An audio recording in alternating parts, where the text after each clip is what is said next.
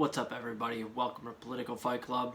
I wasn't going to do this episode, but I had to absolutely jump on the dog pile that is piling up on Andrew Yang right now, which is absolutely warranted. So, if you guys haven't, seen anything in leftist media over the last 24 hours, you may have missed that Andrew Yang is absolutely getting tarred and feathered on Twitter for a tweet that was sociopathic. I use that word a lot.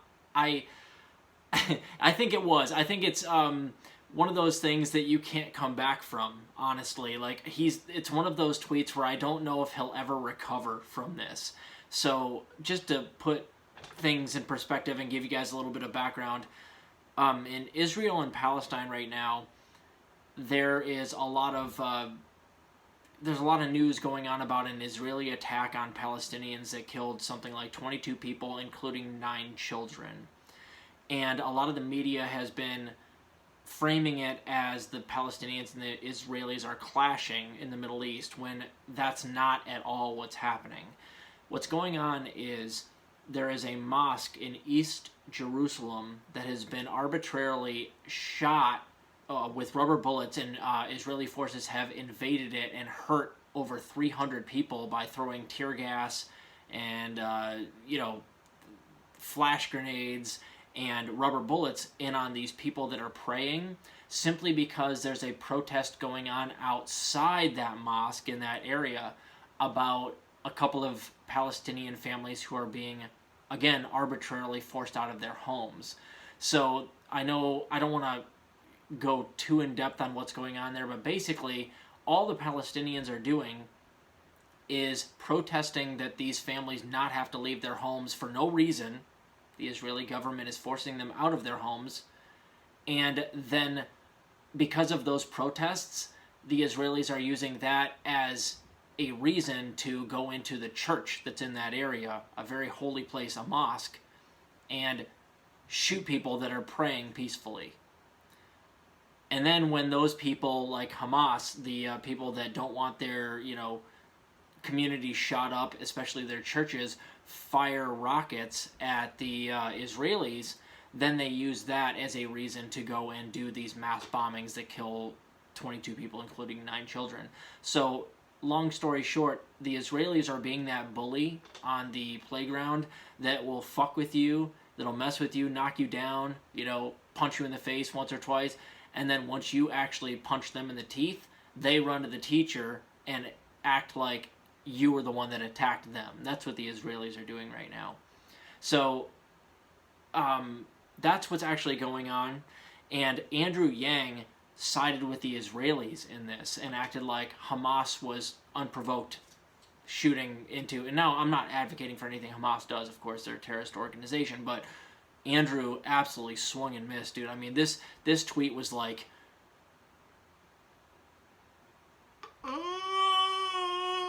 was so bad, dude. Everybody got on him, and rightfully so. So I think he's going to have a really hard time rebounding from this. He is absolutely on the wrong side. And I think I'm owed an apology from all the people that said that I was crazy for supporting somebody like Tulsi Gabbard higher up in my rankings than Andrew Yang. And I'm waiting to see if somebody like Kyle Kalinske, who actually was pro-Yang up until this, will renounce him. I don't care if he does necessarily, but I would distance myself, man. A lot of the other lefty channels are like abandoning Yang, as they should. But I never really had that much faith in Yang. I could see that there was too much capitalism built into him, which is why I never ranked him higher than Tulsi. And now I kind of want an apology from those people that are just like smearing Tulsi for being Assad apologists, when she clearly wasn't. She just wanted a diplomacy with the Middle East. But then there's people that will support Yang in that same sentence and be like, yeah, oh, that doesn't work anymore. Oh, yeah. So Andrew Yang is absolutely a wolf in sheep's clothing. All he's trying to do is basically redress capitalism.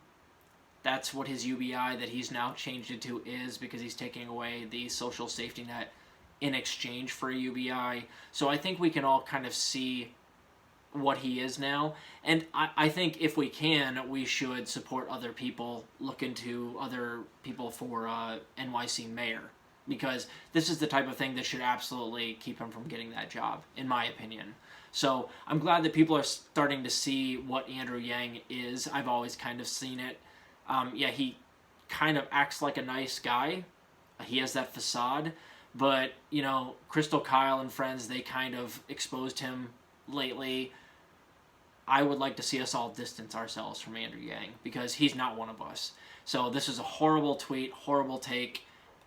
You can't be on the wrong side of something like this, guys. This is one of those things like you really can't. I mean, as far as New York goes, man, I think Andrew Cuomo is excited that Andrew Yang has taken the like shithead spotlight for the day. That's how bad this was online. So, Andrew Yang, shame on you.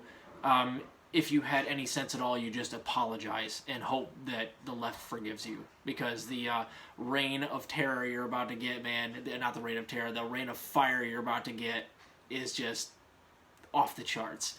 So that's hilarious. Bad take, Andrew Yang. Shame on you. I'll talk to you guys later.